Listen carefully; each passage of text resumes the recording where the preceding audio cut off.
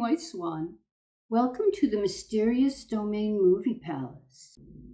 I found a film that I can probably get away with. I'm pretty sure I can get away with it because the music, though it is by Bernard Herrmann, is listed as uncredited. So since usually the films are taken down because of music, even if it's a musician that nobody ever heard of, who is largely unknown by anyone except those who watch the movies, that's what gets the films blocked and taken down. So this one, I think I can get away with it. So now that I've piqued your curiosity, I'm going to spring upon you our presentation in the Mysterious Domain Movie Palace this time. And it's a classic. And in fact, it's one of the Gothic classics of all time. It was made in 1943, and it's Jane Eyre. Now, anyone who knows the Brontes and Jane Eyre and Wuthering Heights knows that these were the first Gothic novels ever that were actually achieved the level of literature. I mean, you had the Castle of Otranto before that, but that's a kind of a clunky, I don't know, it doesn't really work very well, not in the way that Jane Eyre and Wuthering Heights do. And it's the Orson Welles version with Joan Fontaine as Jane. And this movie is what made me a fan of Orson Welles. Anyway, so I saw him initially in The Third Man, when I was old enough to discern things about films and stuff. And I absolutely loved it. And I was so impressed with him and, just the way he played to the camera and all of that. But then I saw many years later, this 1943's Jane Eyre, and it's so Gothic. Orson Welles, he comes into the scene on horseback, kind of like the angel of death or something. He's so stormy. It's like the Great Hunt or something, the Wild Hunt. Like he's Odin or something, he's just so charged with a kind of mythical, archetypal energy. And of course you have the Yorkshire moors with the sky and the whole works. And the set director, Thomas Little, had kind of pushed in that Gothic direction, of course, but Orson Welles wasn't happy. Orson Welles was not only the leading man, but he was also one of the producers. He convinced the director, Robert Stevenson, to inject more Gothic visuals into it to create this really dark atmosphere. And I was hooked. And so then after I saw this one, I saw Orson Welles' Othello. And even though Othello is probably not politically correct nowadays, frankly, I don't care, but anyway, it's theater, right? But in his Othello, again, is so Gothic. It's, the camera angles and the way he used the shadows and the light is so beautiful. And then I finally saw Citizen Kane quite a bit later in life than most people.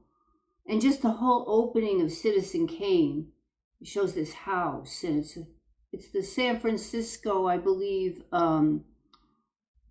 Gilded Age Gothic mansions that were destroyed in earthquake. But and then there's the woman with the giant jigsaw puzzle. She's in her evening clothes and there's a big old fireplace and she's got this giant jigsaw puzzle out there. It's just, it's just full of this stuff. And this is Orson Welles. And he's done 100 million things. He was very much on radio as a shadow and famously The War of the Worlds, which terrified people. They thought it was real. And anyway, he's so famous that, I haven't seen it. I don't think I've seen his Macbeth. I think he has one. I might have to look for that because, of course, it seems like a really good fit for him, So anyway, the director is Robert Stevenson, and Robert Stevenson is known for lots of famous movies. He did a lot of films with David O. Selznick. He did the King Solomon Mine. He did Jane Eyre. He also did a lot of Disney films, like Mary Poppins. When I was in England, I was always getting jokes about Mary Poppins. I don't know why. Maybe because I wore these sort of Victorian sort of clothes, or I wore these kind of old-fashioned vintage clothes because I was being kind of gothic, but not really like Marilyn Manson gothic or anything. But it cracked me up. I was always getting these comments about Mary Poppins, and I had no idea what they were talking about. I just knew they thought Dick Van Dyke's British accent was deplorable, which it was, but who cares, right? It doesn't bother me. But then,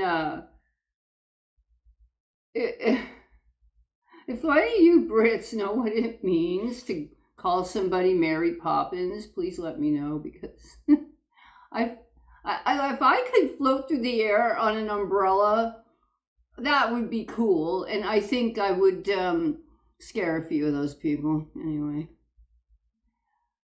So this was Robert Stevenson, the director. So he and, like I said, Orson Welles, they came out with this very dark and stormy film. And of course, it's based on Charlotte Bronte's book, but also Aldous Huxley, of all people, participated in the screenplay writing. And he also helped write Pride and Prejudice. It's like, I don't know, I have trouble seeing Aldous Huxley doing like English classic novels for some reason, but yeah, Aldous Huxley participated in writing this screenplay, just like Truman Capote wrote the Turn of the Screw one called The Innocents, which is in the movie Palace, by the way. Jane is played by Joan Fontaine, and Joan Fontaine is another one of my go-to actresses. I just like her. I mean, if you gave me a choice between Olivia de Havilland and Joan Fontaine, I like Joan. Now, there's another thing about Jane Eyre. If I had discovered when I was writing novels, if you used a plot, anything like Jane Eyre, which is sort of like the woman's hero with 1,000 faces, or heroine's journey, right? It's basically the hero's journey for women, and anything based on that Jane Eyre pattern will be successful. I've just noticed that, and one of the premier ones that used that basic plot was Rebecca. And I mean, I've read I think I've read all Daphne du Maurier's novels, and none of them are as good as Rebecca. And Rebecca, again, has that Jane Eyre plot that also has Joan Fontaine in that movie, which I don't know if I can show that one, but I really love that one too. Joan Fontaine just has this sort of innocent quality about her that, you really believe that she really is like a child lost in the forest, even though she's a grown woman in a lot of her films. She's not always like that, but she pulls that off really well. We have her, and we do have her, and we also have the child Elizabeth Taylor. And she's not credited, but boy, when she comes on screen, she has so much impact. She never looks like a child. She's got this womanly face. She's got the Liz Taylor face. And just really, the camera just adores Elizabeth Taylor. It's incredible just to see her there in that little part. Peggy and Garner, I have a lot of stories. You can skip ahead if you don't want to hear my stories, okay? Just skip ahead. I don't know. I'll put the minutes in the comment or something. But Peggy Ann Garner plays Jane Eyre as a child, and she was really good. And she's a very good actress. And she never made it as an adult, as an actress. But one thing about her is that she was married to this actor called Albert Salmi. And the only reason I know about Albert Salmi is because when I was a kid, television was mostly very Americana here. So we had Daniel Boone, Davy Crockett, because we had the Waltons all the way up into the 90s. We had westerns, Bonanza, Gunsmoke, Rawhide, which was the beginning of Clint Eastwood. And Albert Salmi was in Daniel Boone. And I just remembered him as a kid, and apparently he was one of those sort of Marlon Brando period actors in New York City, the Actors Studio, that whole crowd that was in New York. And he was one of those actors, and he played a lot of character roles in cop things or whatever. He was that type of actor where he's kind of a chameleon, he'd be in everywhere. And around, I think sometime in the 80s, he had a drinking problem. And he ended up shooting his wife and then shooting himself. Peggy Ann Garner wasn't married to him then. This was his second wife. So that's, that whole thing, that is just kind of a weird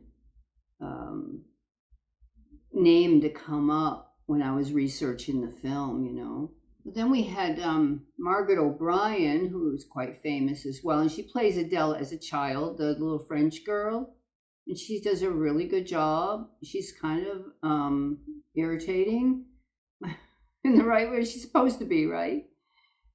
But she's very charming and has a wonderful French accent, even though she's American.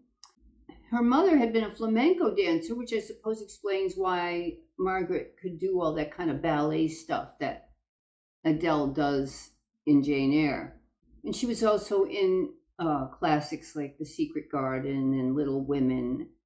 She played Beth in Little Women, which is the saintly role. Then we have John Sutton, who was kind of a very handsome. This guy worked a lot.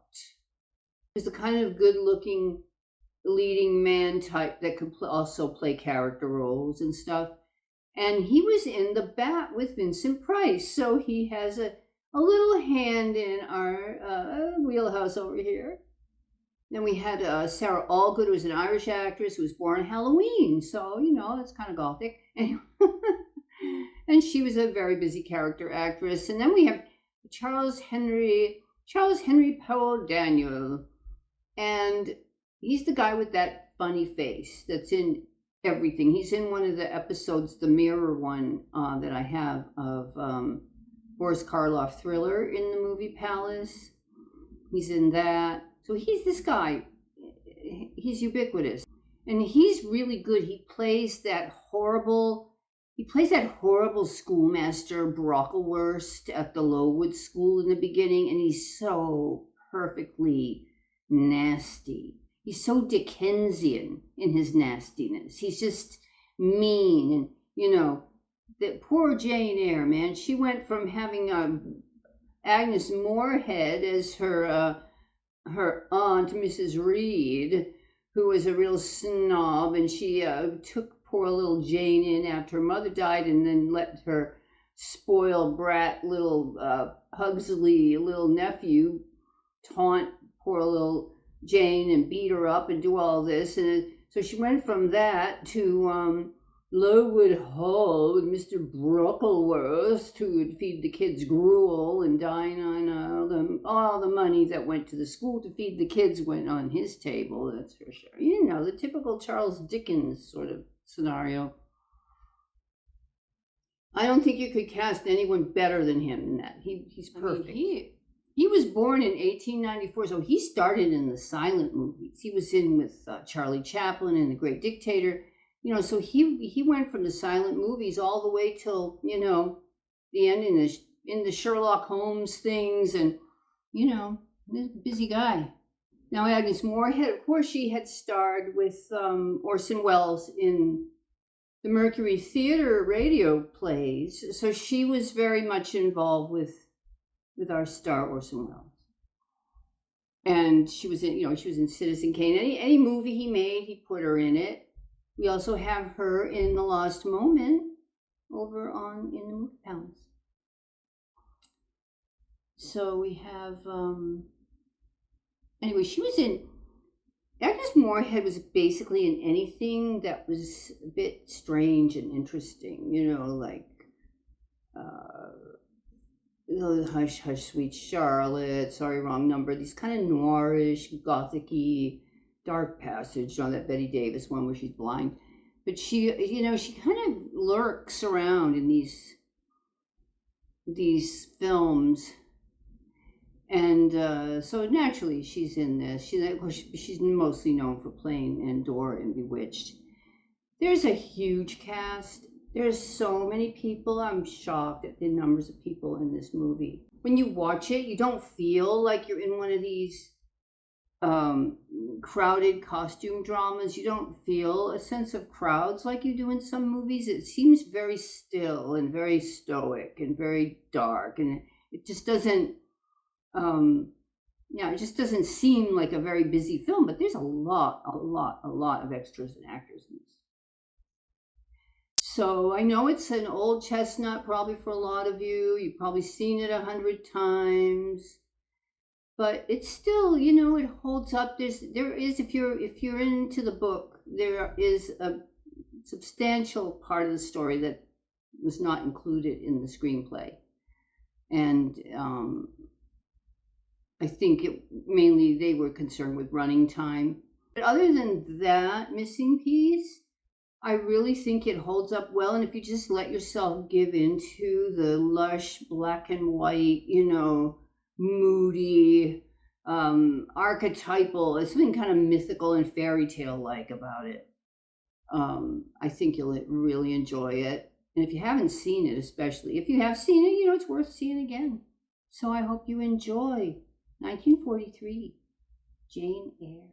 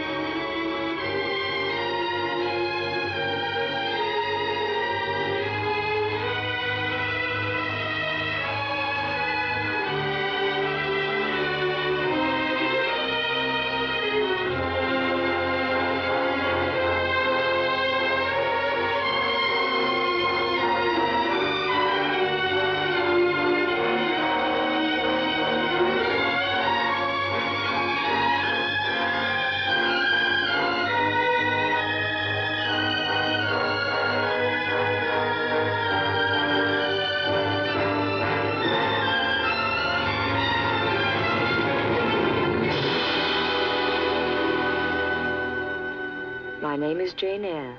I was born in 1820, a harsh time of change in England. Money and position seemed all that mattered. Charity was a cold and disagreeable word. Religion too often wore a mask of bigotry and cruelty. There was no proper place for the poor or the unfortunate. I had no father or mother, brother or sister. As a child, I lived with my aunt, Mrs. Reed of Gateshead Hall. I do not remember that she ever spoke one kind word to me.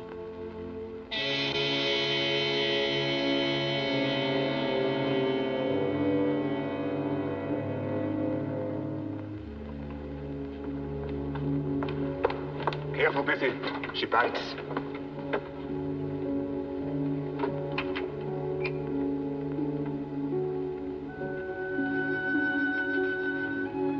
Come on out, Jane Eyre.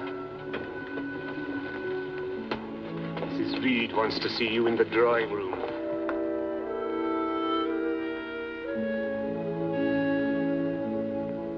Go on, knock. Don't bully the child. Knock.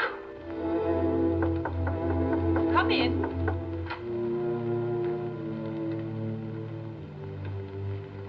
This, Mr. Brocklehurst, is the child in question.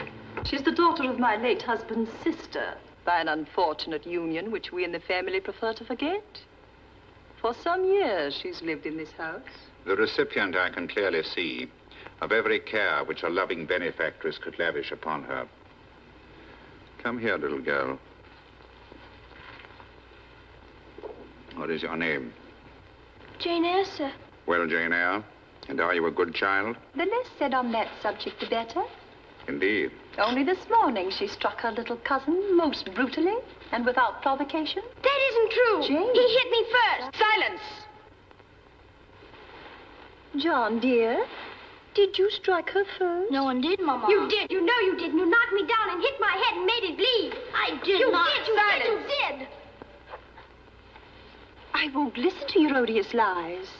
You see, Mr. Brocklehurst, how passionate and wicked she is. I do indeed. Come here, child. You and I must have some talk. No sight so sad as that of a wicked child. Do you know where the wicked go after death? They go to hell. And what is hell? A pit full of fire. And should you like to fall into that pit and be burning there forever? No, sir. Then what must you do to avoid it? I must keep in good health and not die. But children younger than you die daily. Only last week, we buried a little child of 5. A good little child, whose soul is now in heaven. But what of your soul, Jane Eyre? I don't see why it shouldn't go to heaven, too. You don't see, but others see clearly enough, do they not, Mrs. Reed? You have heard the name of Lowood? No, sir. It is a school for unfortunate orphans. My estate lies within a mile, and as chairman of the board, I spend much time in its supervision. Would you like to go there, little girl? You mean not live here anymore? I don't know what Aunt Reed would say. It was your kind benefactress who suggested the plan. You wish to go? Yes, sir. You've made a wise choice. Wiser than you know. And now you must pray God to take away your heart of stone and make you meek and humble and penitent. You may rest assured, Mrs. Reed, we shall do our best to collaborate with the Almighty.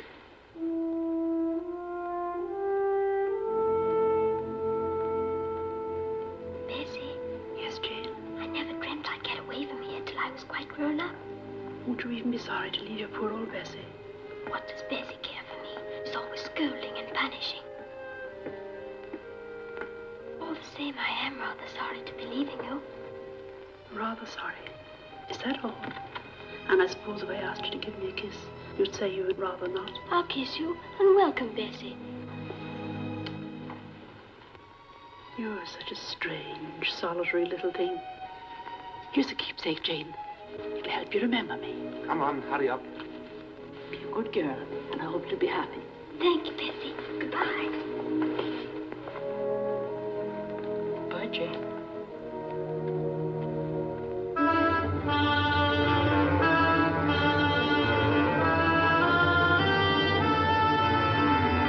Goodbye, Mrs. Reed. I hate you and I hate everything about you.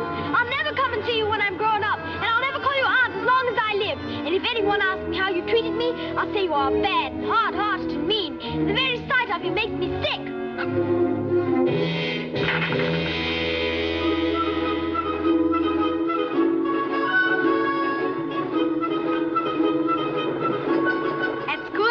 Drawing lessons and French lessons and history lessons and music lessons. And there'll be hundreds of other girls to play with.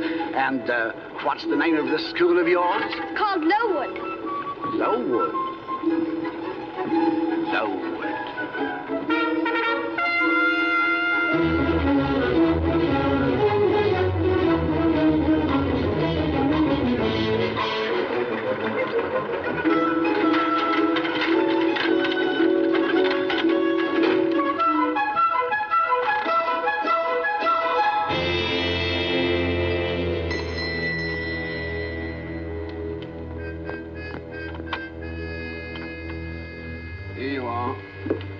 Asleep for hours.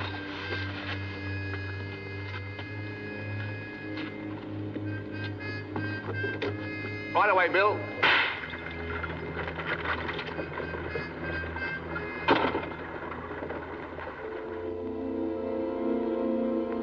I was to waken in the morning to find my dreams of Lowood shattered.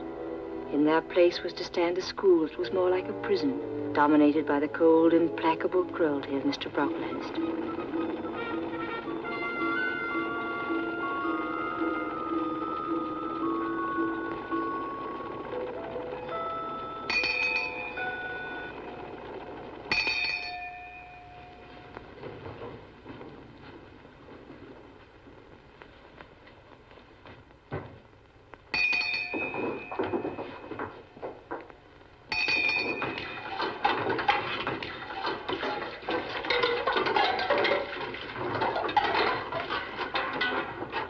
Pupils, observe this child. She is yet young. She possesses the ordinary form of girlhood. No single deformity points her out as a marked character. Who would believe that the evil one had already found in her a servant and an agent? Yet such, I grieve to tell you, is the case. Therefore, you must be on your guard against her. Shun her example. Avoid her company. Exclude her from your sports. And shut her out from your converse. Teachers, you must watch her. Weigh well her words and scrutinize her actions. Punish her body to save her soul. For it is my duty to warn you, and my tongue falters as I tell it, that this girl, this child, the native of a Christian land, know better than many a little heathen that says its prayers to Brahma and kneels before Juggernaut. This girl is a liar. Let her remain on that stool. Let no one speak to her for the rest of the day.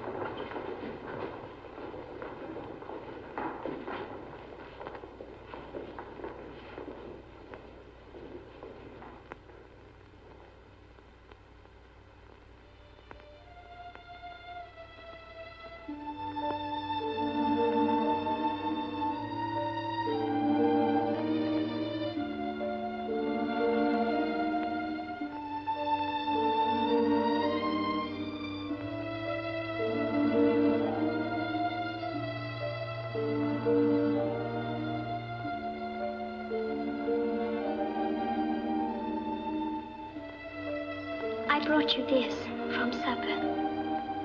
Didn't you hear what he said? He said you mustn't have anything to do with me.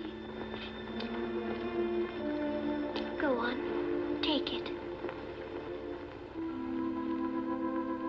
I'm not bad. I promise I'm not. But I hate him. I hate him. It's wrong to hate people. I can't help it. People would love me. I want people to love me and believe in me and be kind to me. I'd let my arm be broken if it would make anyone love me. Or let a horse kick me. Or be tossed by a bull. Don't say such things. But I would. I would!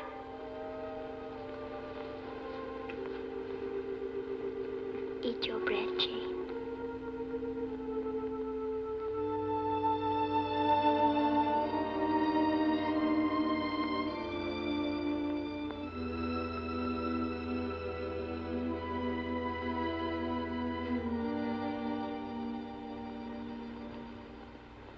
O merciful Providence, who of thy generous plenty doth give us the abundant fruits of the field for our sustenance, grant us that though we are duly and properly grateful for this our earthly food, yet our hearts may be more lastingly fixed upon thy heavenly manor. Amen.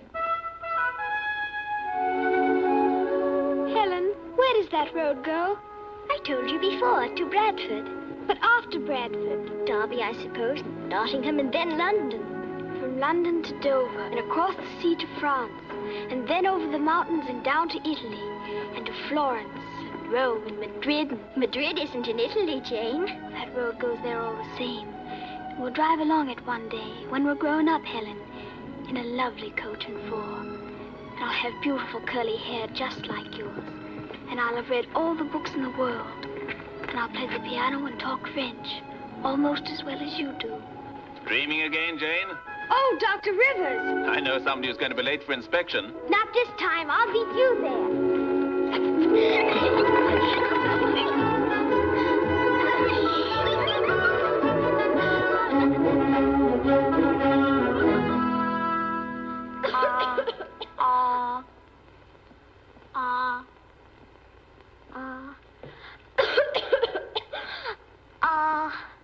cough doesn't seem any better, Helen.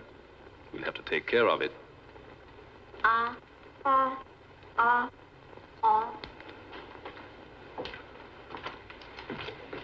Thank you. You keep your schoolroom uncommonly cold, Mr. Brocklehurst. A matter of principle, Dr. Rivers. Our aim is not to pamper the body, but to strengthen the soul. I should hardly have thought that a bad cough was any aid to salvation. Then I'm not a theologian. Good day, sir.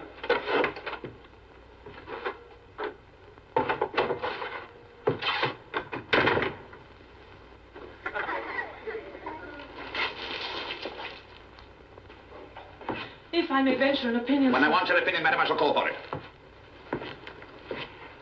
Johnson, you poke your chin most unpleasantly. Draw it in.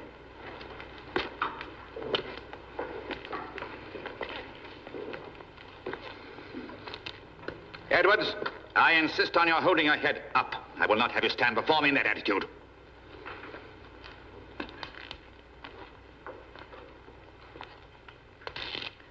Miss Scatcherd, fetch me the scissors immediately. What, may I ask, is the meaning of this?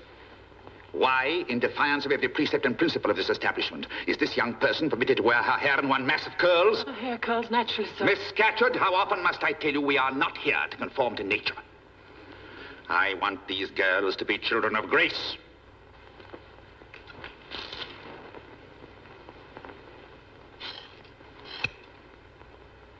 Please, sir, don't do that. You can cut mine, sir, as much as you wish, but please... Silence!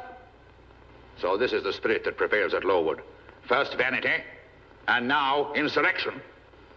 It shall be rooted out.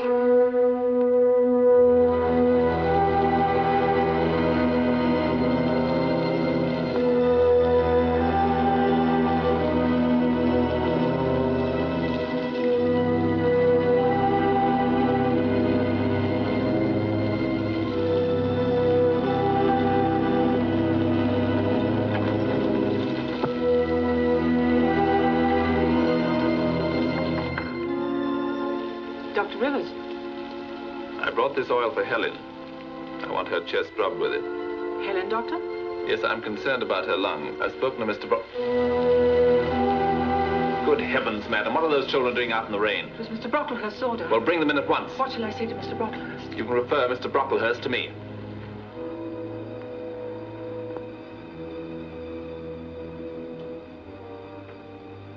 With your leave, Dr. Rivers, I shall offer up one more prayer. Almighty God, look down upon this miserable sinner and grant that the sense of her weakness may give strength to her faith and seriousness to her repentance. Amen.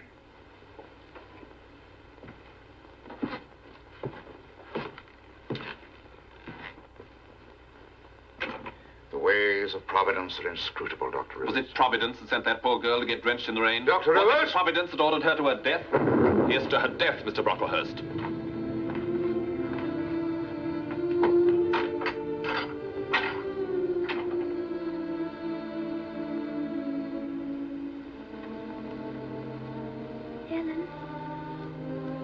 Helen?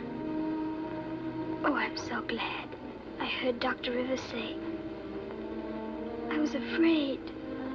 I'm not afraid, Jane. Helen. Helen! You must be cold. Lie down and cover yourself up.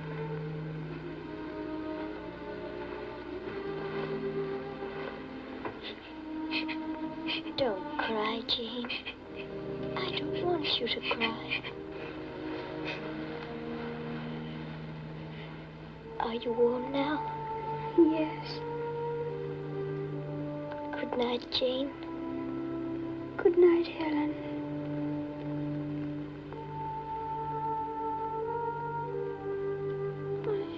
I do wish they hadn't cut your hair.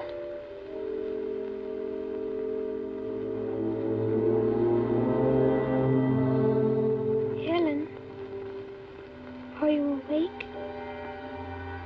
It's morning. Helen!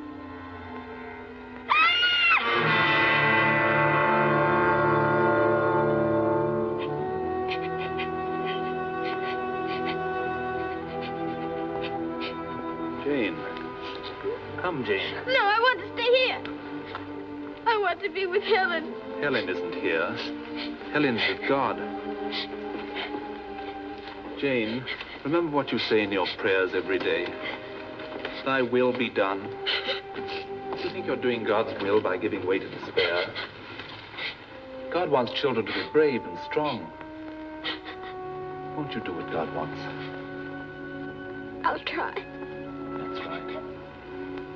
Don't forget, the harder you try, the more God will help you. Now let me take you back. No, I can't go back to school. I'll never go back. I'll run away. Jane, you know what duty is, don't you? Duty is what you have to do even when you don't want to do it.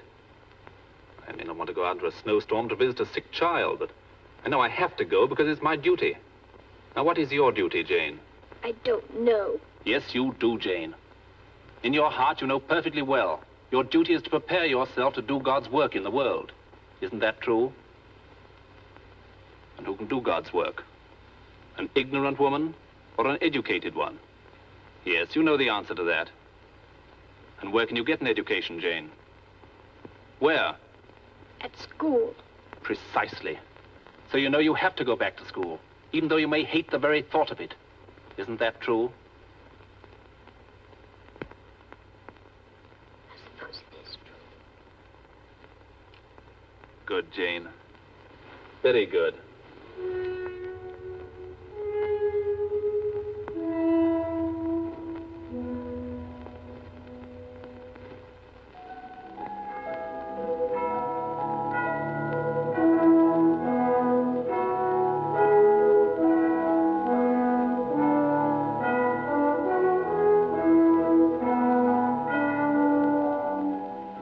Gentlemen, we had some difficulties in the beginning.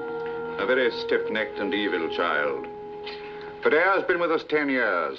And in those 10 years, it has been granted me to plant her feet on the path of salvation. I suppose we ought to see her. I intended that you should. Let Eyre be brought in.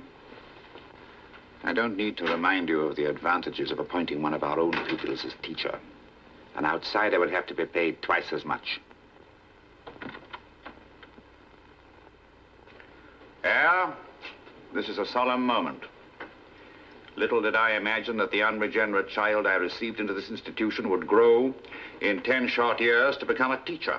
Yes, a teacher. For that is the honor which the trustees at my recommendation have now bestowed upon you.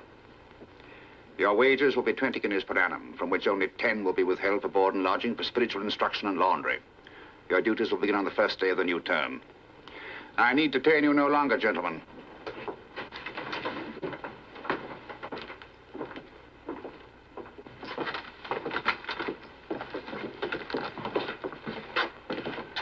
Good day, gentlemen. Good day. Here is the post, sir.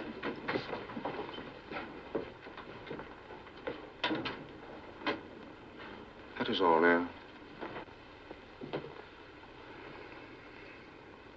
I cannot accept your offer, sir. And why not, pray? I do not wish to stay at Lowood. But this is unheard of. The ingratitude. What have I to be grateful for? 10 years of harshness and strife. Silence! Stiff-necked as ever. I see that I've been sadly deceived in you. And where, may I ask, do you intend to go?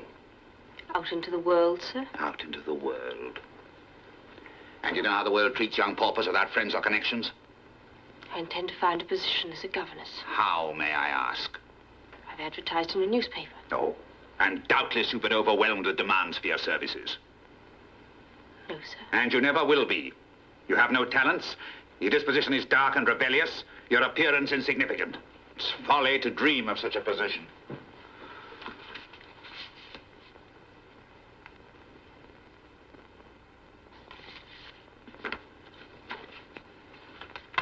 Eyre, you heard me.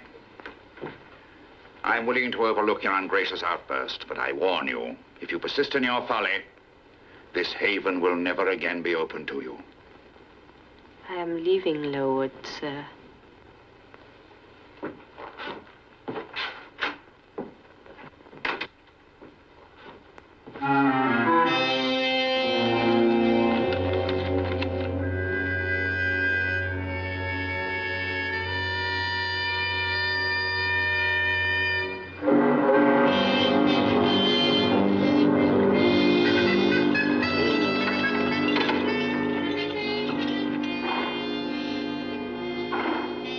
Here you are, miss. Righto. Jane, it's not every young woman that can face the world single-handed. But you know what right is. You'll stick to it through thick and thin.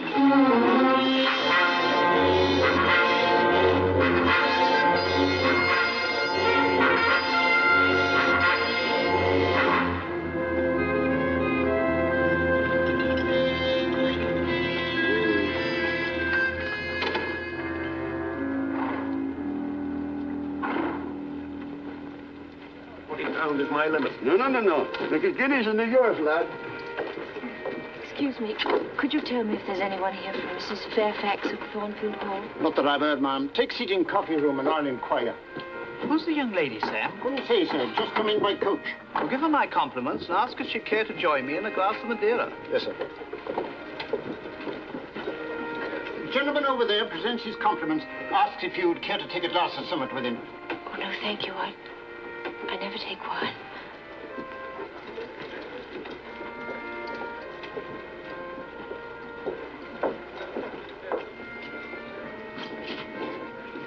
Is your name Eyre? Yes, I'm Miss Eyre. Are you from Thornfield? You're not the new governess. Yes, I am. Is this all your luggage? Yes.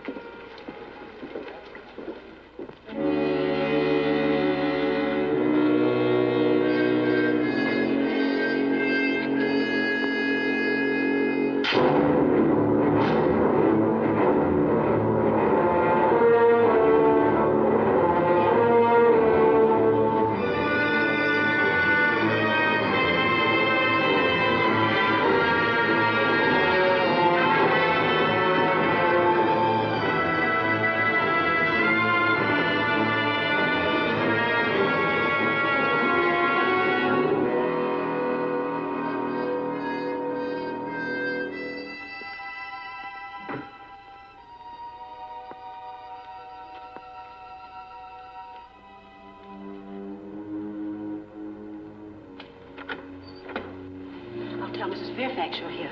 Thank you.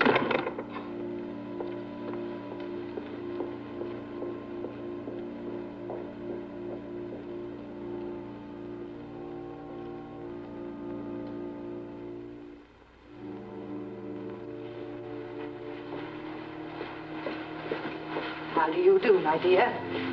I'm afraid you've had a tedious journey. I'm Mrs. Fairfax. Why, your hand is like ice. Come, I'll take you straight to your room. We've a nice cozy fire burning there for you. And Leah's taken the chill off the sheet with the warming pan. You know, dear, I'm so glad you've come. Living here with no company but the servants, it's not too cheerful, I can tell you.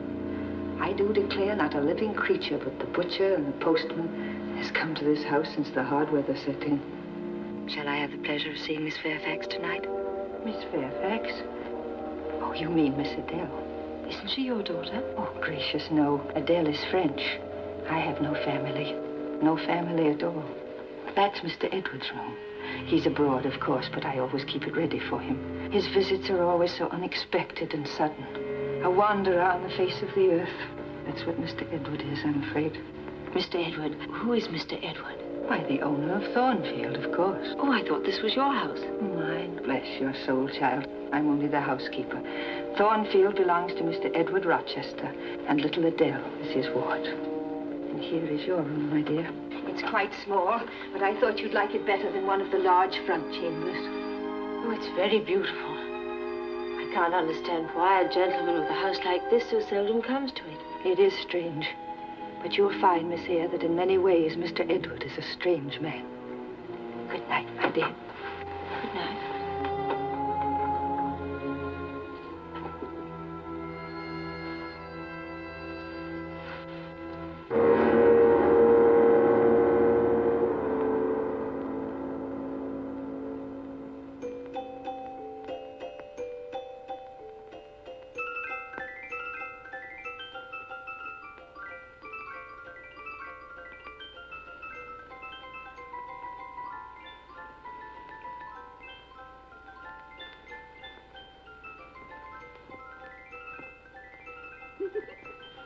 Bonjour, mademoiselle. Mamma had a dress like that, mademoiselle, only she could dance much more beautifully. I can dance, too. Do you wish to see? Now, this very moment. Now you speak like Monsieur Rochester. For him it is never the right moment. Mais jamais. Your name's Adele, isn't it? Do you know what I was thinking, Adele? I was just thinking that never in my life have I been awakened so happily.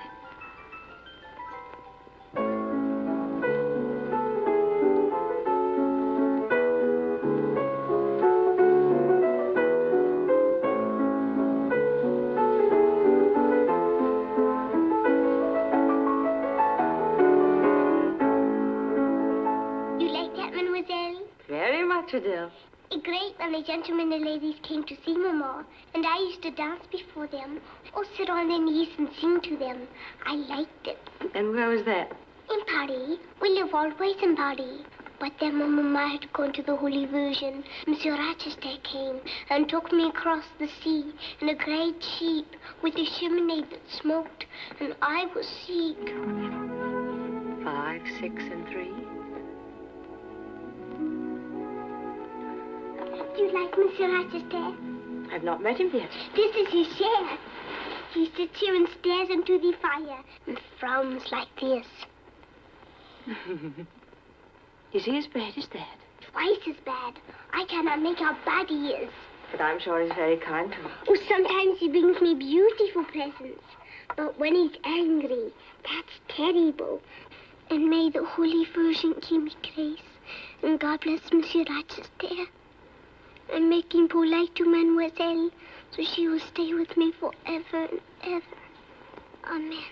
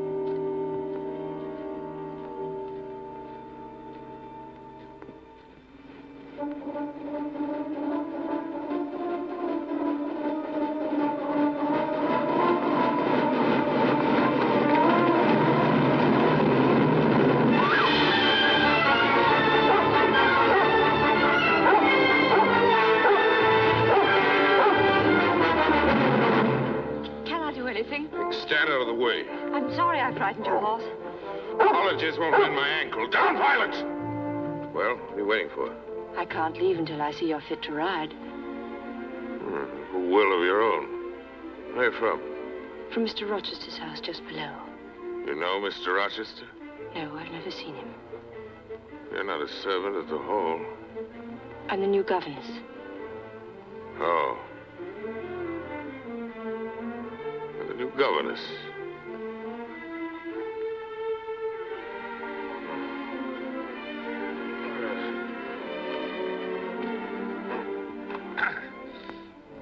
Now just hand me my whip. Thank you. Now kindly get out of the way.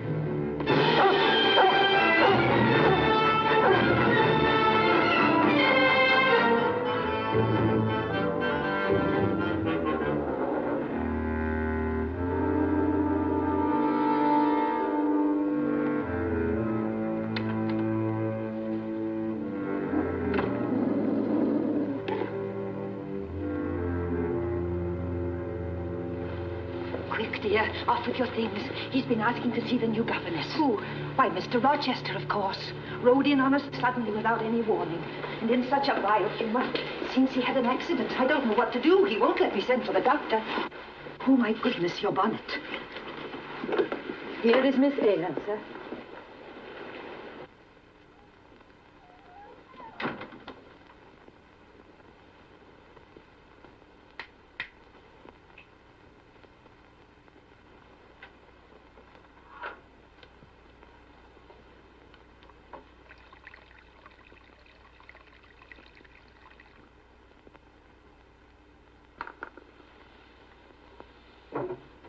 Well, Miss Eyre, have you no tongue? I was waiting, sir, until I was spoken. Very proper. Next time you see a man on a horse, don't run out the middle of the road till he's passed. I assure you, sir, it was not deliberate. It may not have been deliberate. It was nonetheless painful. Sit down, Miss Eyre.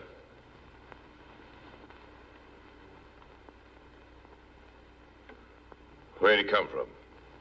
From Lowood Institution, sir. Lowood? What's that? It's a charity school. I was there 10 years. 10 years. You must be tenacious of life. No wonder you have rather the look of another world. I marveled where you got that sort of face. When you came on me in the mist, I found myself thinking of fairy tales. I'd have a mind to demand whether you'd bewitched my horse. Indeed, I'm not sure yet. Who are your parents? I have none, sir. Your home? I have no home, sir. Who recommended you to come here? I advertised, and Mrs. Fairfax answered the advertisement. You came post-haste to be here in time to throw me off my horse. What did you learn at Lowood? Did you play the piano? A little. Of course. Is the established answer. Going to the drawing room. I mean, if you please. Excuse my tone of command. I'm used to saying do this and it is done. I cannot alter my customary habits for one new inmate. Take a candle with you, leave the door open. Sit down at the piano and play a tune.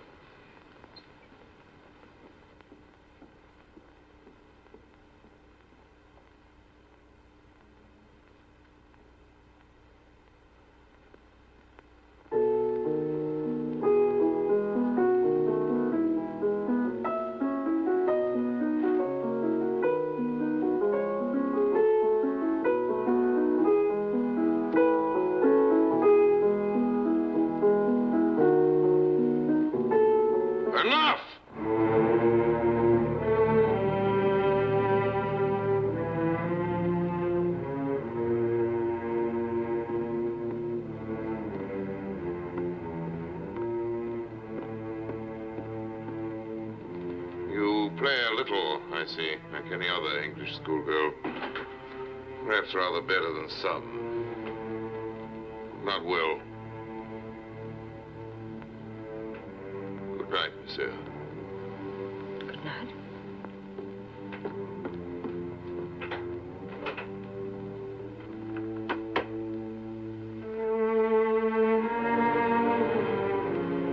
What sort of man was this master of Thornfield, so proud, sardonic, and harsh? Instinctively, I felt that his malignant mood had its source in some cruel cross of fate. I was to learn that this was indeed true, and that beneath the harsh mask he assumed lay a tortured soul, fine, gentle, and kindly.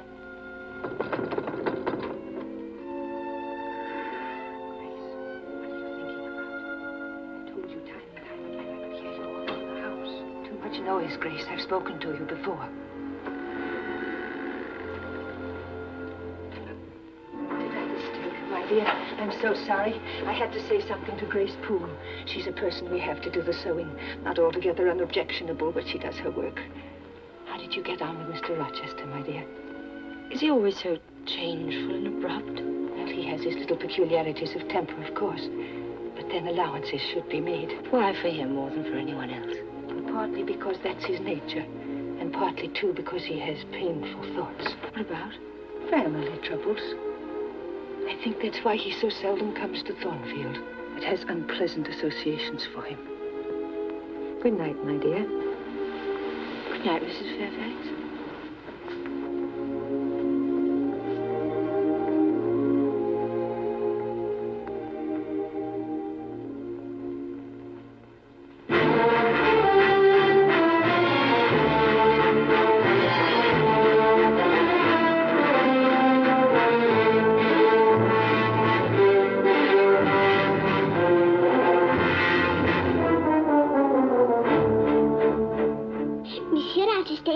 Difficult, but he brings the most beautiful presents. Look, Mademoiselle, Mademoiselle. You see, they suit me perfectly.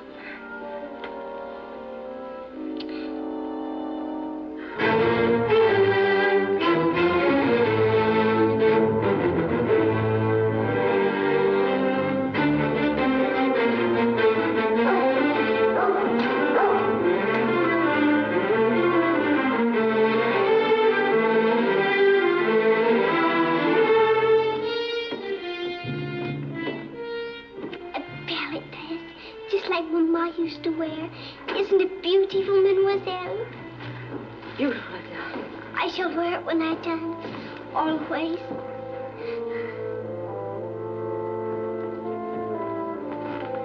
Miss Eyre. She will let me see me in Sutton this year. I see. Miss Eyre.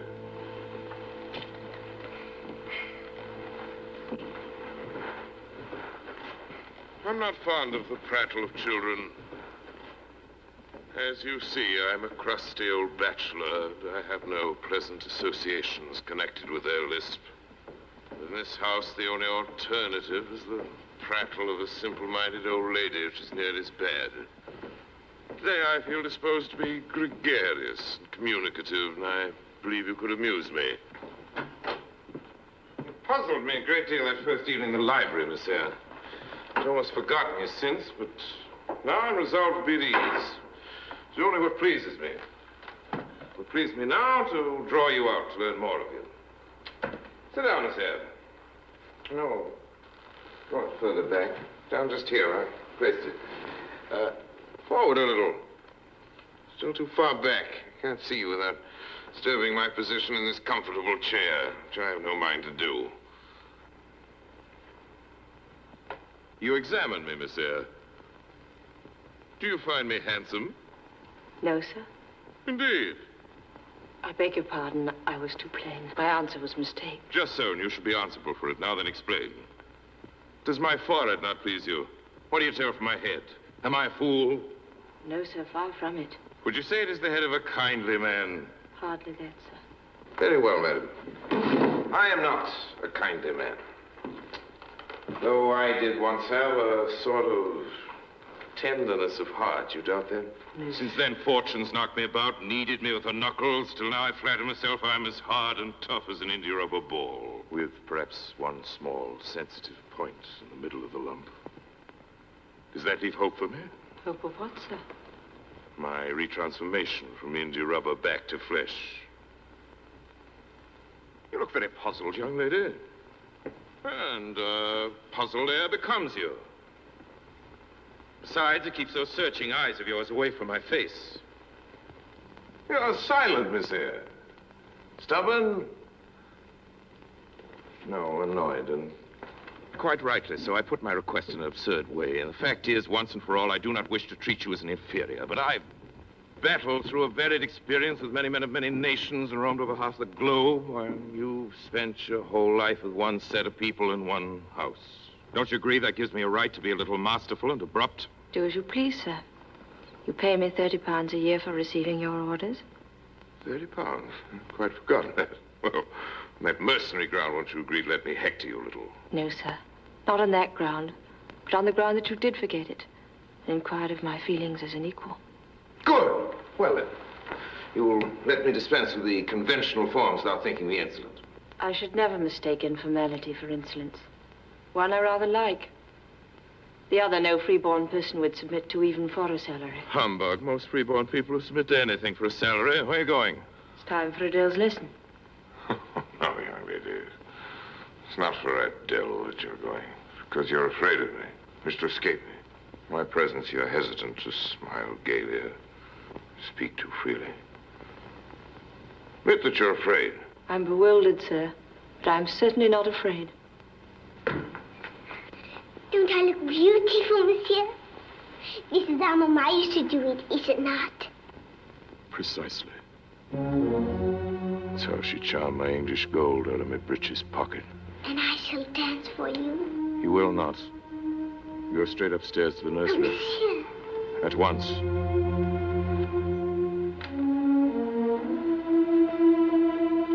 Miss Eyre.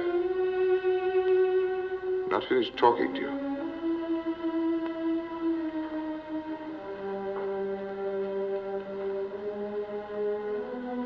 Why are you looking at me like that? I was thinking, whatever your past misfortune, you have no right to revenge yourself on the child. You're quite right, of course. I was thinking only of myself, my own private memories and feelings. Fact is, nature meant me to be, on the whole, a good man. One of the better kind, but circumstance decreed otherwise. I was as green as you once, grass green. Now my spring is gone, leaving me what? This little artificial French flower. You may go, Miss Eyre.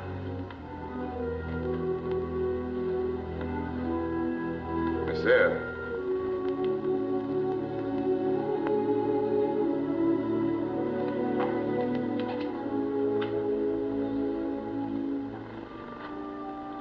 Hope you'll be happy at Thornfield. I hope so, sir. I think so. I'm glad.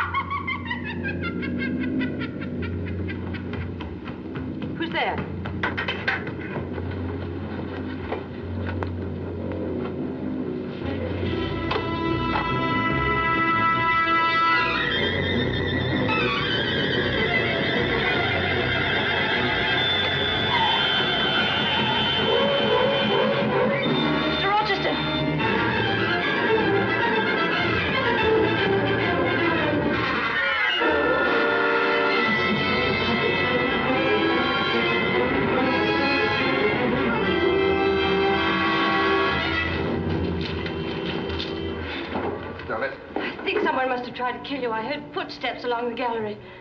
Shall I call Mrs. Fairfax? Mrs. Fairfax? What the deuce you want to call her for? Let her sleep. Come in, sit down. I'm going to leave you here. He's still as a mouse.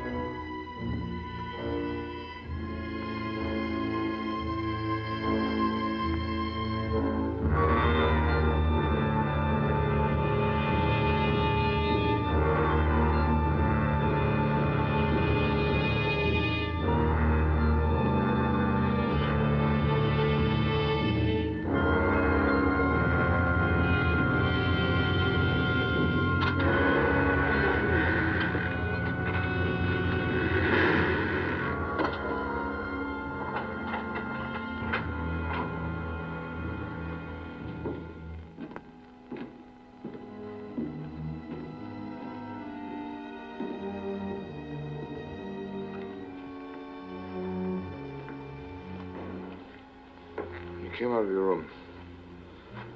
Did you see anything? Only a candlestick on the floor, but I heard a door shut. Anything else? Yes, kind of laugh. Kind of laugh. Have you heard it before? There's a strange woman here called Grace Poole. Just so. Grace Poole. You've guessed it. Well, let's see what's to be done. Meanwhile, say nothing about this to anyone. Adele, we forgot the child.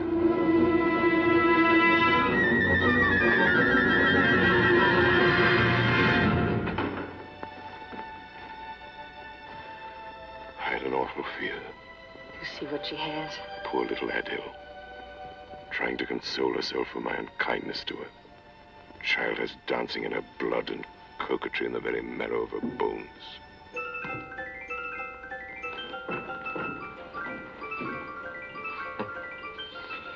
I once had the misfortune to be in love with this, to be jealous of that. Love's a strange thing, Miss Eyre. You can know that a person's worthless without heart or mind or scruple, yet suffer to the point of torture when she betrays you. At least I had the pleasure of putting a pistol bullet through my rival's lungs. And the little doll in the dancing skirt? We tell Adele she died. The truth isn't quite so touching. I gave her some money and turned her out, whereupon she decamped with an Italian painter, leaving me with what she said was my daughter. Let me light you to your room.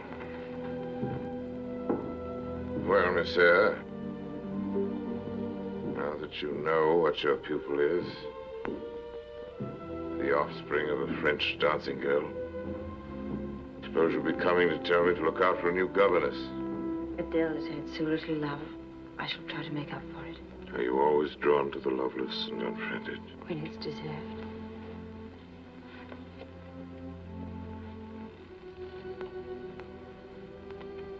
you say that my life deserved saving? I should be distressed if harm came to you, sir. But you did save my life tonight. I should like to thank you for it. At least shake hands. I know you'd do me good in some way, sometime. Good night, Jane. Good night, sir.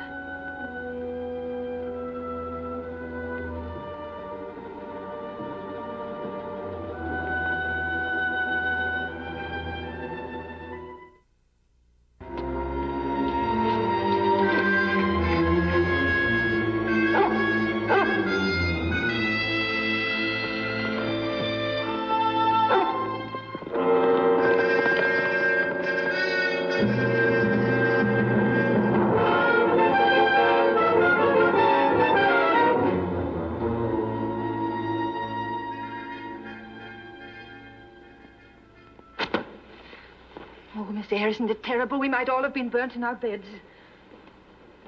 Where did Mr. Rochester go? He said something about a house party at Millcote. Goodness knows how long he'll be away. One can never tell with Mr. Rochester. Maybe a day or a year or a month. Mrs. Fairfax? Yes, my dear? Did Mr. Rochester tell you how the fire started? Why, of course. He was reading in bed and fell asleep with the candle lit. And the curtains took fire. Why do you ask? I wondered if the fire had anything to do with Mr. Rochester's leaving. What possible connection could there be? He said this morning that he was restless. The house with only us here was unbearably oppressive for him.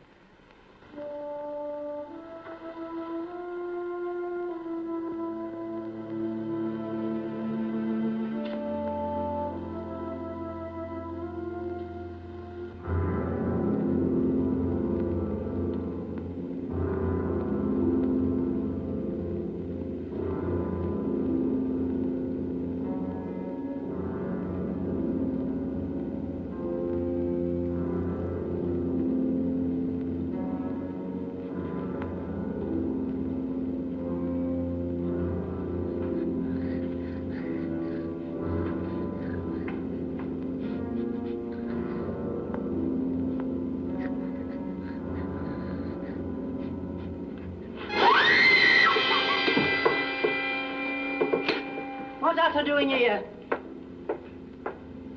No one is allowed up here. Understand? No one. Get thee down.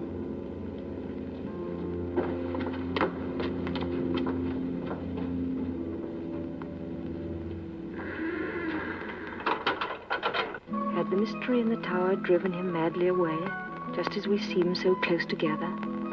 Winter turned to spring and no news came. But I found a measure of escape in the happiness of Adele.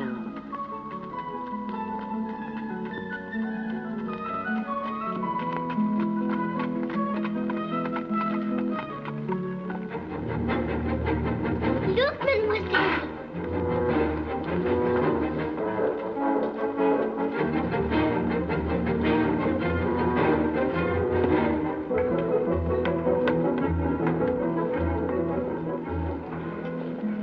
Now, the moment the carriages stop, stand by the front door and be ready to take the gentlemen's cloaks. Yes, madam. Oh, my dear, I'm so glad you're back. Mr. Rochester is so difficult. Leah, you must be with me to take the ladies to their room. Yes, ma'am. Imagine not even telling me how many guests he's bringing. Just said get all the best bedrooms ready and more servants from the inn. They're coming, Mum.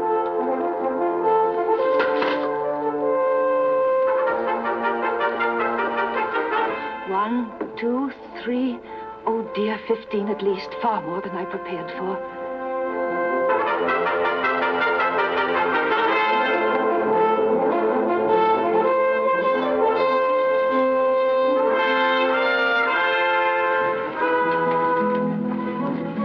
Who's that riding with Mr. Rochester? Why, that's Blanche Ingram, my dear.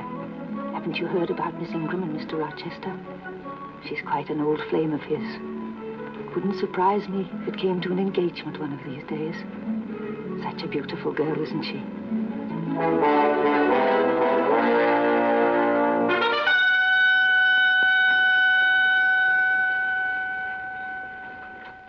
Where's Miss Ingram's bath? Coming as quickly as we can.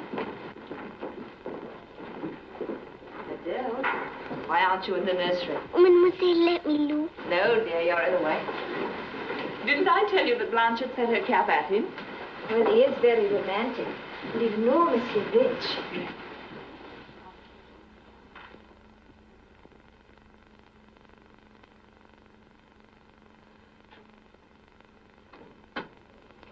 Oh, Mr. Rochester wishes you to bring Adele to the drawing room after dinner. Oh, please send Adele by herself. He only asked me out of politeness. That's what I thought. And I told him you weren't used to company. Nonsense, he said. If she objects, I'll come and fetch her myself. Of course, you must wear your very best, my dear. I think the black. So I let them have both barrels, bang, bang. Then I got 2 more birds with my spare gun. Well, perhaps we'd better leave the gentlemen to their port. They're coming, mademoiselle.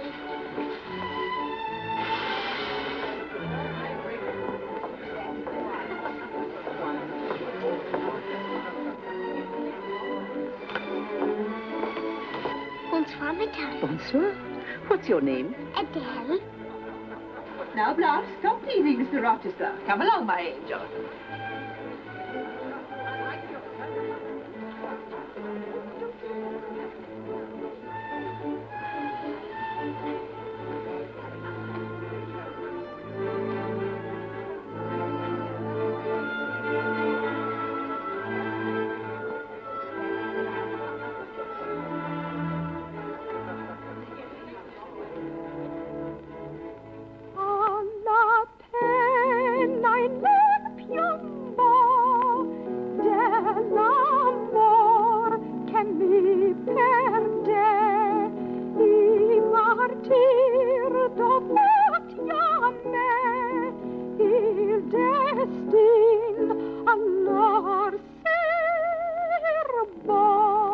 Splendid match, Sir George. 6,000 or 7,000 a year at least. What a striking couple. Very fortunate, isn't it?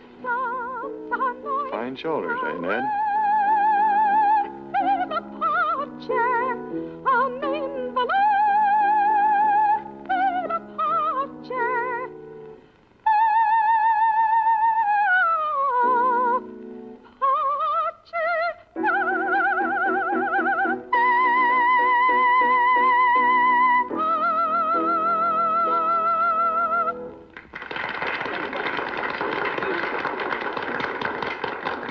Come un angelo, mentre Sara. I think we've had enough music. Edward, I thought you weren't fond of children. Nor am I. Run along, dear. What induced you to take charge of such a little puppet? Where did you pick her up? I did not pick her up. She was left on my hands. Well, I suppose you have a governess for her. I saw a person with her just now. Is she gone? Oh, no, there she is, still hiding in the corner. You should hear Mamma on the subject of governesses. Governesses? Don't speak to me of governesses. The martyrdom I've endured with those creatures. The clever ones are detestable, and the others are grotesque.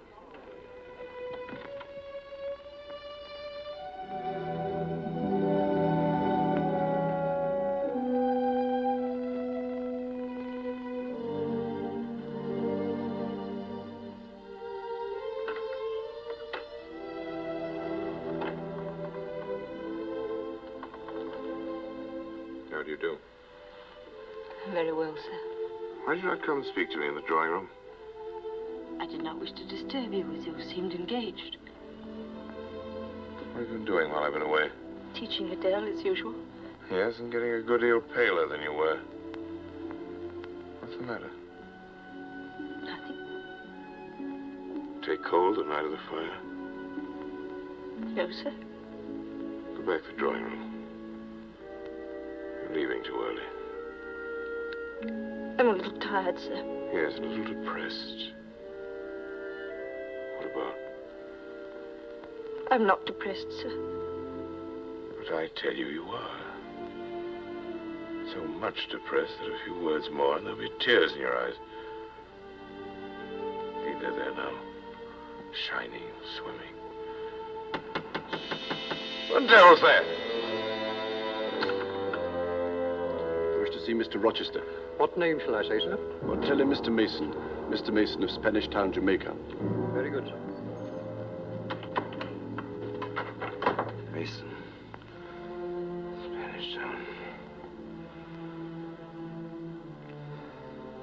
I wish I were on a quiet island with only you. Trouble and danger and hideous recollection far away. Can I help you, sir? Help is needed. I'll seek it at your hands. Promise you that. Jane, if all the people in that room came and spat on me, what would you do? I'd turn them out of the room, if I could. If I were to go to them, and they only looked coldly at me, and dropped off and left me, one by one, what then?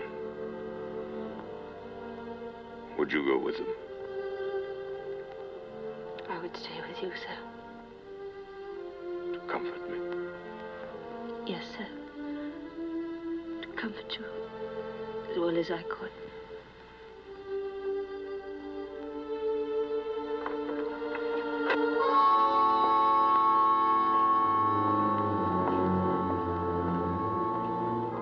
Edward, I shall not be so hypocritical as to say you are welcome in this house. Follow me, Mason.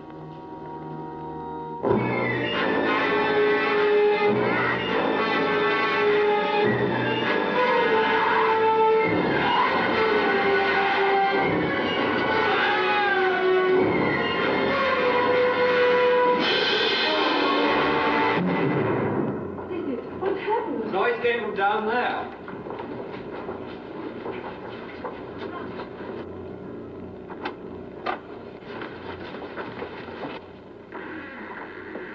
Where the devil's Edward, I'd like to know? Here he is. Edward, you haven't been hurt, have you? Put that pistol away, Colonel. Artillery is no good for nightmares. Nightmares? That's all it was. One of the maids had a bad dream, woke up screaming. Moral of that is, don't eat toasted cheese for supper. Now, ladies, you all go to your rooms. Lady Ingram, you set the good example. I declare I'm quite disappointed. I was so looking forward to seeing Uncle Percy shoot a robber. Now, Blanche, this will be your deputy. Good night, Edward. Sweet dreams, my courageous Blanche.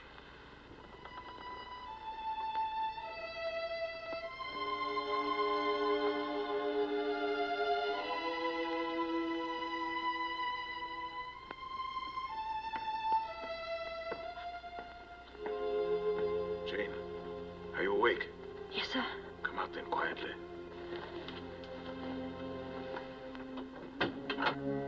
Come this way and make no noise.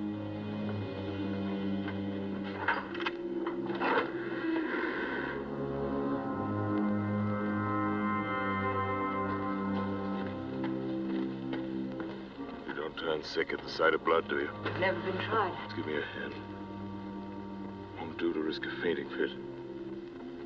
Warm and steady.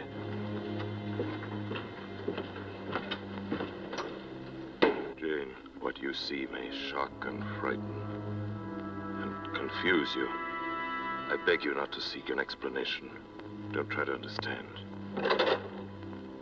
Whatever the appearance, you must trust me.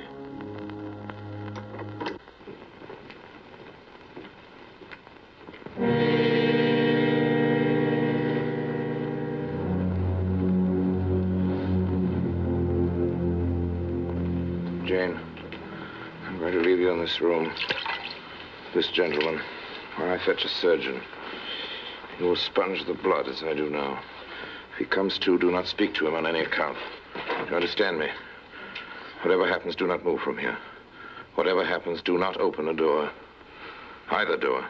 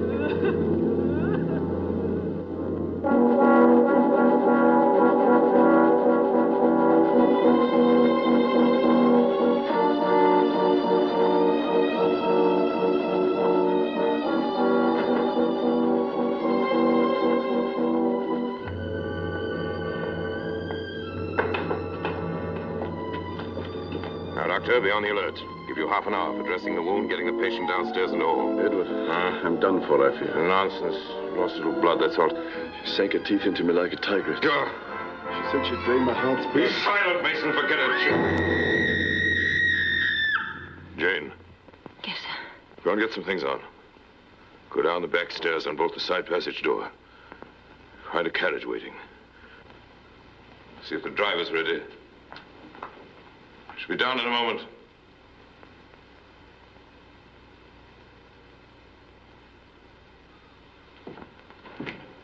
Mason. I told you not to come up here. I thought I could have done some good. You thought. Come, Doctor. Hurry. We must have him off. I've tried so long to avoid exposure.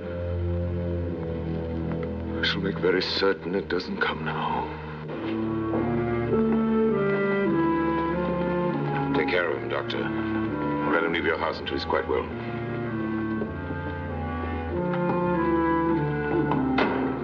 Edward. Well, what is it? Let her be taken care of. Let her be treated as tenderly as may be. I do my best and have done it and will do it.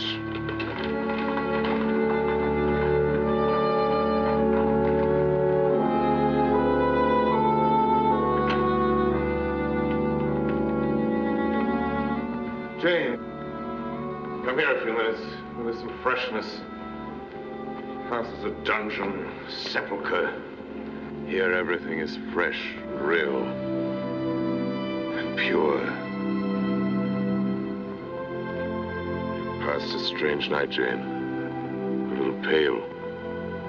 Mr. Rochester, will Grace Poole live here still? Yes. Grace Poole will stay. After last night? Don't ask for explanations. Just believe me when I tell you that there are reasons for it, good reasons. You're my little friend, Jane, aren't you? I like to serve you, sir, in everything that's right. If I asked you to do something you thought was wrong, what then? My little friend would turn to me very quiet and pale and say, "Oh, no, sir, it's impossible." Am I right? Jane, I want you to use your fancy. Suppose yourself a boy, a thoughtless, impetuous boy, indulged from childhood upwards. Imagine yourself in some remote foreign land. Conceive that you there commit a capital error.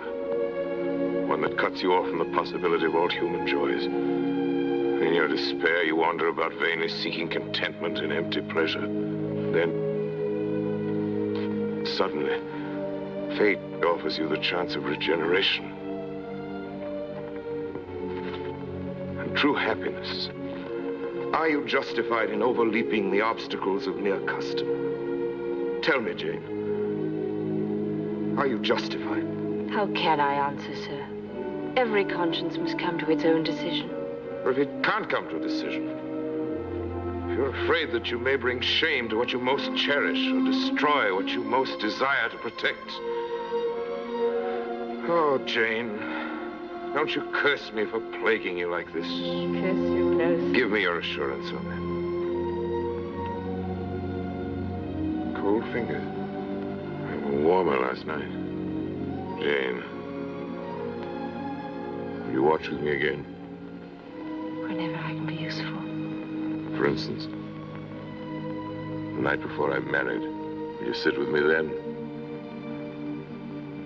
Are you going to be married, sir? Sometime. Why not? What makes you think he's in the stable? Well, I suppose you think no one will have me. Well, you're wrong. You don't know these young ladies of fashion. They may not admire my person, but I assure you they dote on my purse. Blanche? Good morning, Edward. By rights, I should scold you for running off like this. A correct host entertains his guests. My dear Blanche, when will you learn? I never was correct, nor ever shall be.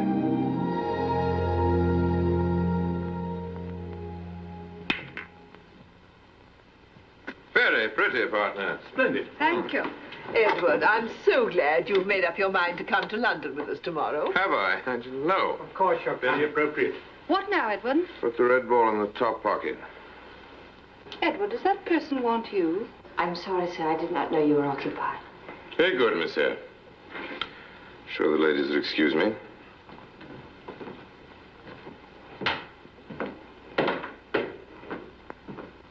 governesses, Mamma. I'm sorry, sir, but I understood you were leaving early in the morning, and I wish to ask you for a reference. Reference? What the deuce do you want a reference for? To get a new place, sir. Hmm? You as good as told me that you were going to be married. Yes, what then? In which case Adele ought to go to school.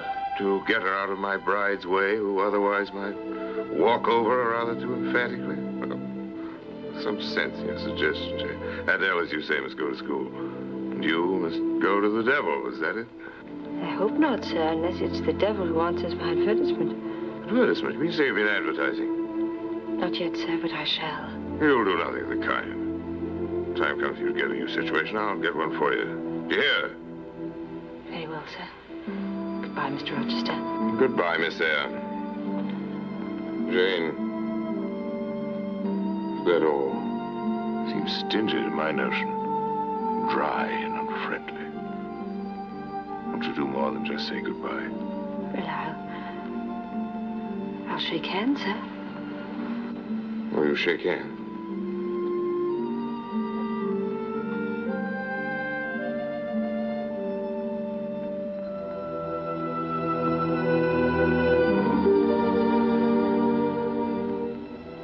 Goodbye, Jane.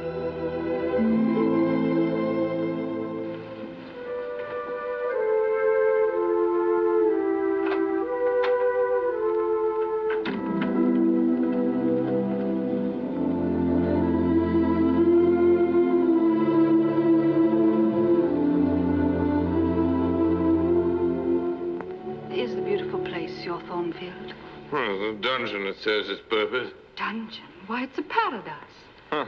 Though, of course, if one lived here, one would really have to have a house in London, wouldn't one? Unquestionably, a little apartment in Paris, perhaps a villa in the Mediterranean. Delightful that would be. But Thornfield would always be there as a retreat from the world, a green haven of peace and love.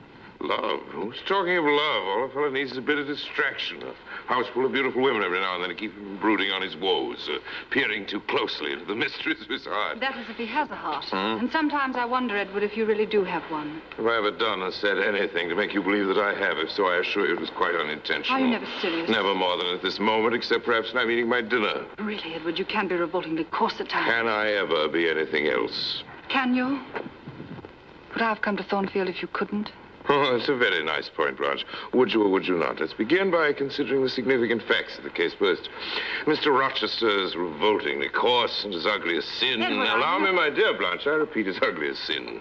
Secondly, he flirts sometimes, but is careful never to talk about love or marriage. However, this is the third point. Lady Ingram is somewhat impoverished, whereas the revolting Mr. Rochester has an assured income of $8,000 a year. Now, in view of all this, what is the attitude that Miss Blanche may be expected to take? From my experience of the world, I'd surmise that she'd ignore the coarseness, etc., till such times Mr. R is safely focused. No horseplay. I've never been so grossly insulted in all my life. Insulted? I merely paid you the enormous compliment of being completely honest. Mr. Rochester, you are a bore and a cur.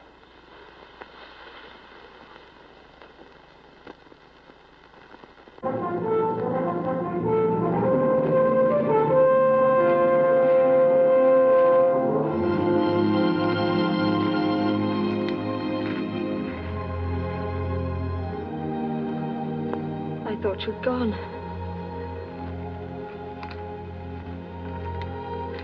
I changed my mind. Or rather, the Ingram family changed theirs. Why are you crying? I was thinking about having to leave Thornfield. You've become quite attached to that foolish little Adele, haven't you? To that simple old Fairfax. Yes. You'd be sorry to part with him. Yes, sir. It's always the way in this life. No sooner have you got settled in a pleasant resting place, you're summoned to move on. As I told you, sir, I shall be ready when the order comes. It's come now. Then it's settled? All settled, even about your future situation. You found a place for me? Yes, Jane, I have. In the west of Ireland. You like Ireland, I think. There's such warm-hearted people there. It's a long way off, sir. From what, Jane? From England and from Thornfield.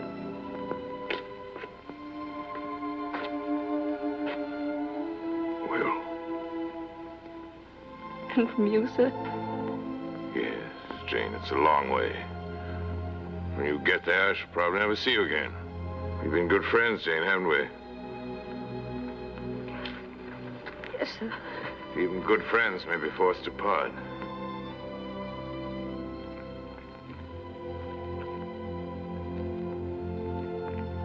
Let's make the most of what time has left us.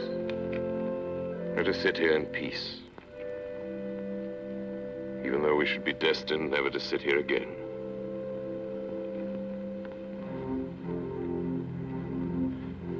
Sometimes I have a queer feeling with regard to you, Jane. Especially when you're near me as now. It's as if I had a string somewhere under my left rib. Tightly and inextricably knotted to a similar string situated in a corresponding corner of your little frame. And if we should have to be parted, that cord of communion would be snapped. I have a nervous notion I should take to bleeding inwardly. As for you, you'd forget me. That I never will, sir. You know that. See the necessity of going, but it's like looking on the necessity of death. Where do you see that necessity? In your bride. What bride? I have no bride. But you will have. Yes, I will. I will. Do you think I could stay here to become nothing to you? Do you think because I'm poor and obscure and plain that I'm soulless and heartless? I have as much soul as you and fully as much heart. And if God had gifted me with wealth and beauty, I should have made it as hard for you to leave me as it is now for me to leave you. There I've spoken my heart, now let me go. Jane, this strange, this almost unearthly thing. You that I love as my own flesh. Don't walk. No, for Blanche. It's you I want. Answer me, Jane, quickly. Say Edward, I'll marry you. Say it, Jane. Say it. I want to read your face. Read quickly. Say Edward, I'll marry you. Edward, I'll marry you. God pardon me.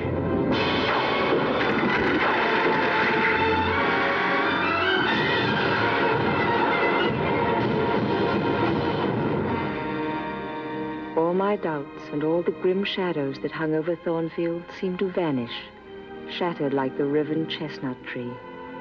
I loved and I was loved. Every sunlit hour I looked forward to love's fulfillment. Jane, what do you think you're doing?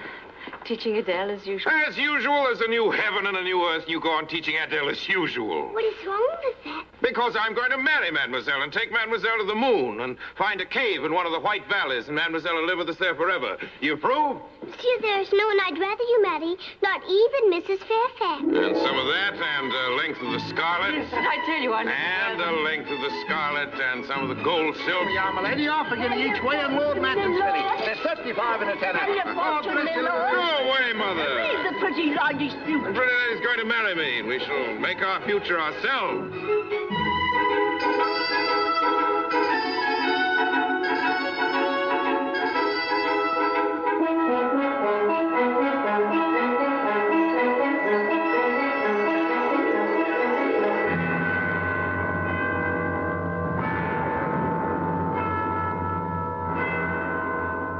I require and charge ye both, as ye will answer at the dreadful day of judgment, when the secrets of all hearts shall be disclosed, that if either of you know any impediment why you may not lawfully be joined in matrimony, ye do now confess it.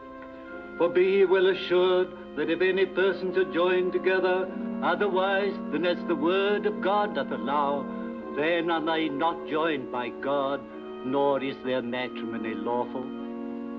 Edward Rochester, wilt thou have this woman to be thy wedded wife? One moment, please. I declare the existence of an impediment. Proceed with the ceremony. You cannot proceed. Mr. Rochester has a wife, now living. Who are you? My name is Briggs.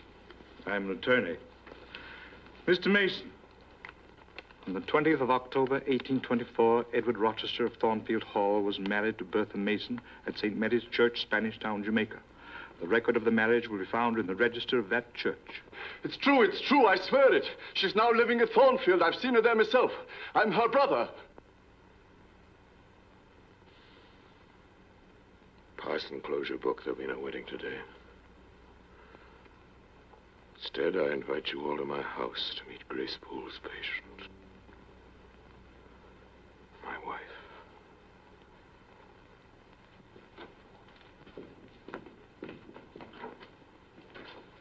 For the right about, every one of you! Away with your congratulations. 15 years too late.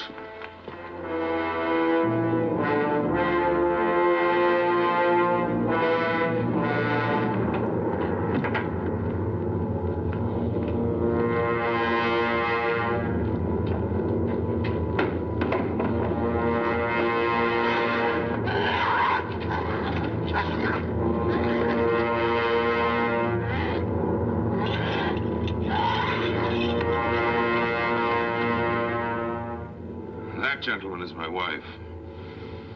Mad and the offspring of a mad family. To whom the church and law bind me forever without hope of divorce. This is what I wish to have. This young girl who stands so grave and quiet at the mouth of hell. Look at the difference. And then judge me.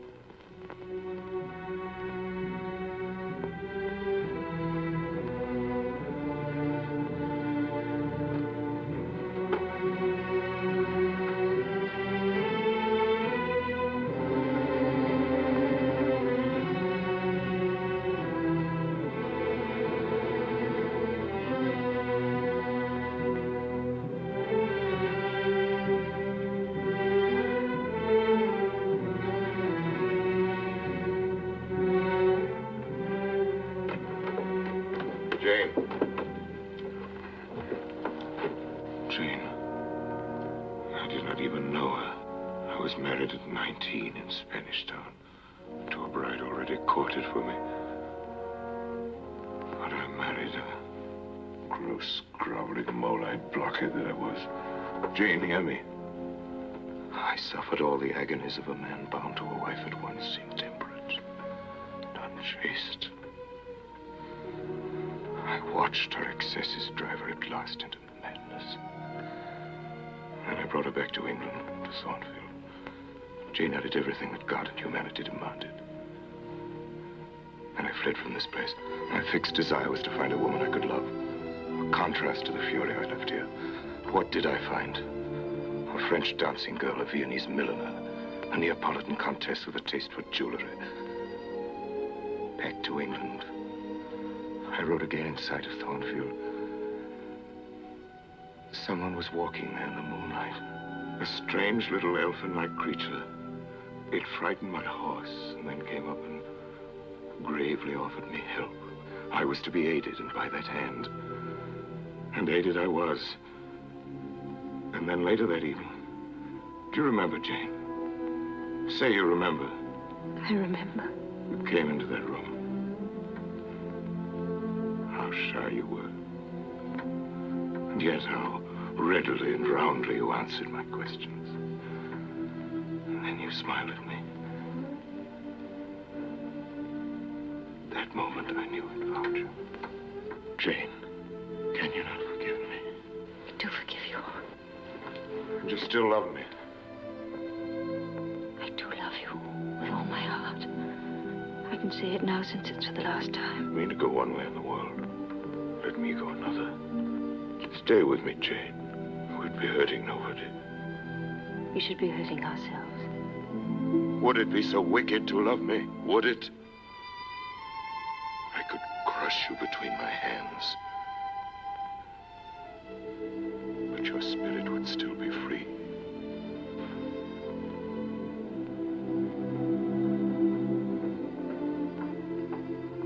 Jane, you are going. I'm going, sir.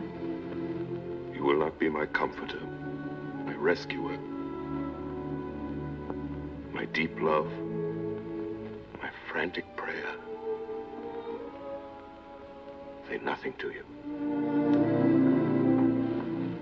God bless you, my dear master. God keep you from harm and wrong. Jane.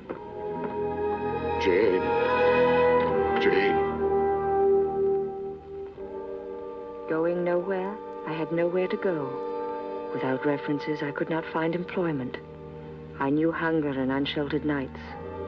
At last, old memories, rather than my will, drew me back to Gateshead Hall, to Bessie, who had once been kind to me.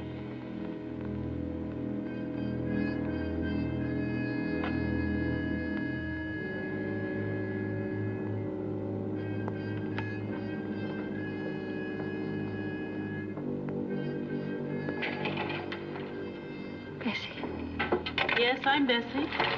If you're looking for work, we haven't got no work for no one nowadays. You look poorly, lass. If you're cold, you're welcome to sit by the fire.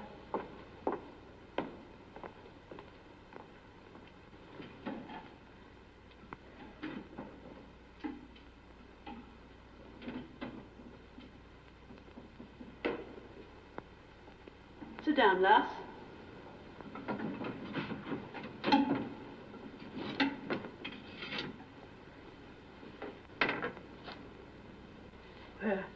Where'd you get that brooch? You gave it to me, Bessie. Jane! Jane Eyre! A grown young lady, and you were such a tiny thing, no higher than a broomstick. Oh, Miss Jane. That's your poor aunt. Oh, don't tell Audrey I'm here, or Cousin John, or anyone. Master John isn't here anymore. As soon as he was of age, he was off to London. Gambling, that's what it was. Thousands and thousands of pounds the missus paid for him. She had to shut up most of the house and turn off the other servants. But still he kept plaguing her for money. Then, last summer, he killed himself, Miss Jane. They found him hanging in his room, and the cards still on the table where they'd played the night before. And they told the missus she had a kind of stroke, wandering like in her mind.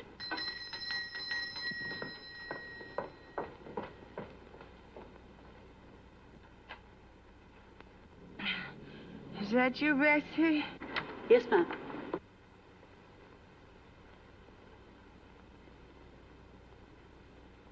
Who are you? Go away. I'm Jane, Aunt Reed. Jane Eyre. Jane. Yeah.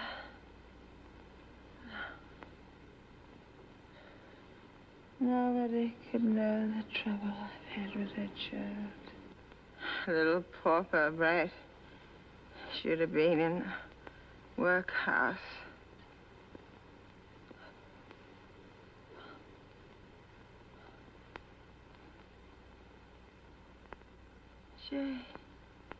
Jane Eyre. Oh, don't leave me, Jane. Please don't leave me.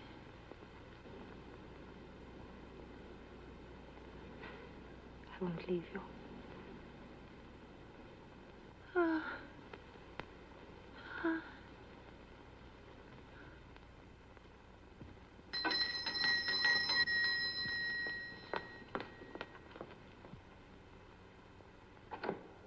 no, sir, Mrs. can't see nobody. She's been ill for months.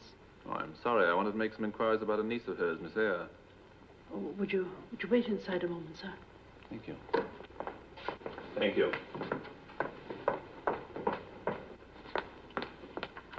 A gentleman to see you, Miss Jane. Oh, I don't want to see him. I don't want to see anyone. Now, don't be foolish. You can't live all alone like the man on the moon. I'll sit with the missus. Run along now. He's waiting.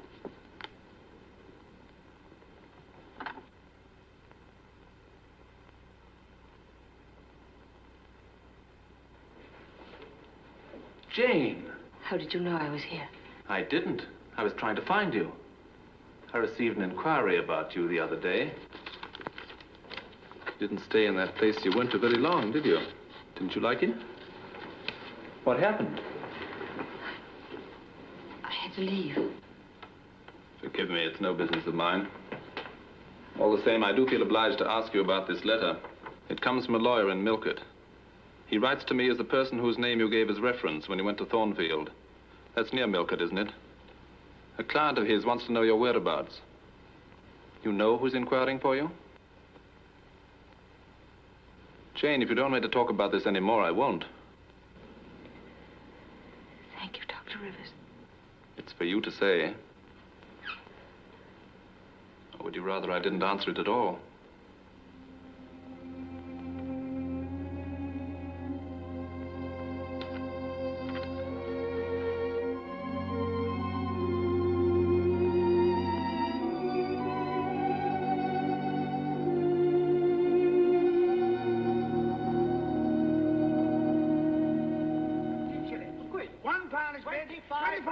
That's much better, thank you very much, sir.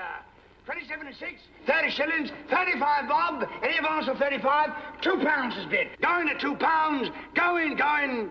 Take it away, Bill.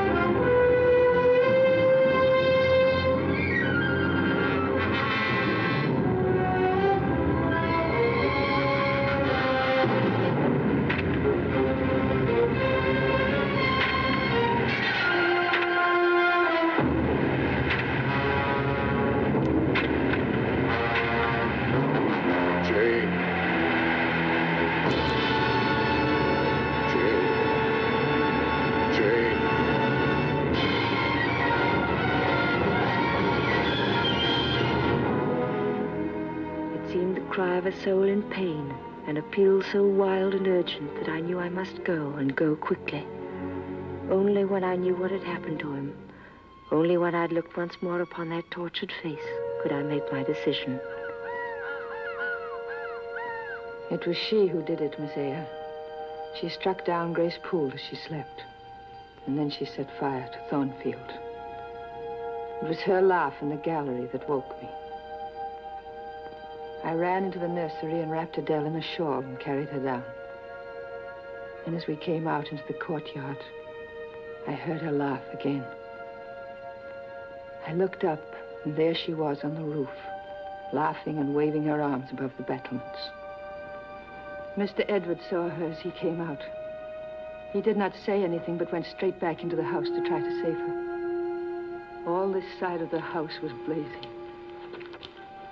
Smoke everywhere. Then it cleared. And suddenly we saw Mr. Edward behind her on the battlements. She saw him too. He came towards her to help her down. She stood very still for a moment. And just as he seemed to reach her, he gave a dreadful scream and ran from him to the edge. The next moment, she lay smashed on the pavement before us. She was dead, Miss Eyre.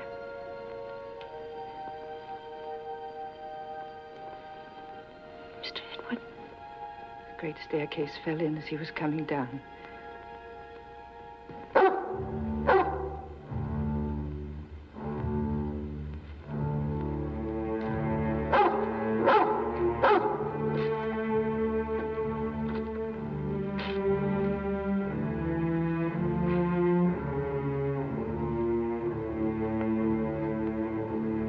Fairfax? Yes, sir.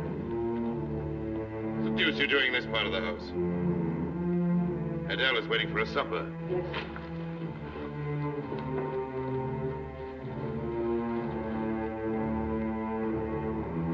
Here, pilot.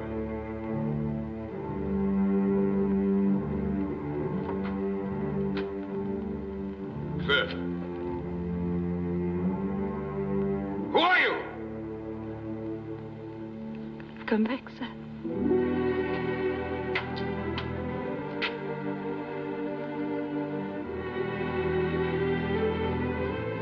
Edward. Edward. How many fingers? Small, soft fingers. Here. A little flower-soft face. And a heart, too, Edward. Jane. All you can feel now is mere pity. I don't want your pity. Edward. Can't spend your life on the mere wreckage of a man. You're young and fresh. You want to get married. Don't send me away. Please don't send me away. You think I want to let you go?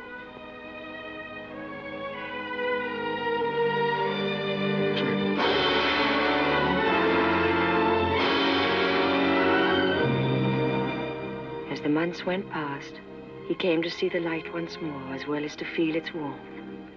To see first the glory of the sun, and then the mild splendor of the moon, and at last the evening star. And then one day, when our firstborn was put into his arms, he could see that the boy had inherited his own eyes as they once were, large, brilliant, and black.